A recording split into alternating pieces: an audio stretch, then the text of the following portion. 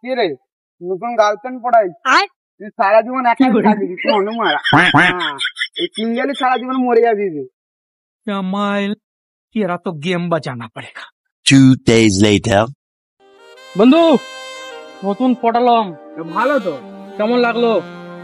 আমি একটা তোকে কথা বলছি, শুন না। বলো।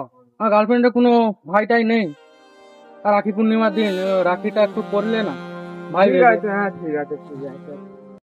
भैया मेरे राखी के बंधन को निभाना, भैया मेरे छोटी बहन को ना भुलाना, देखो ये नाता निभाना।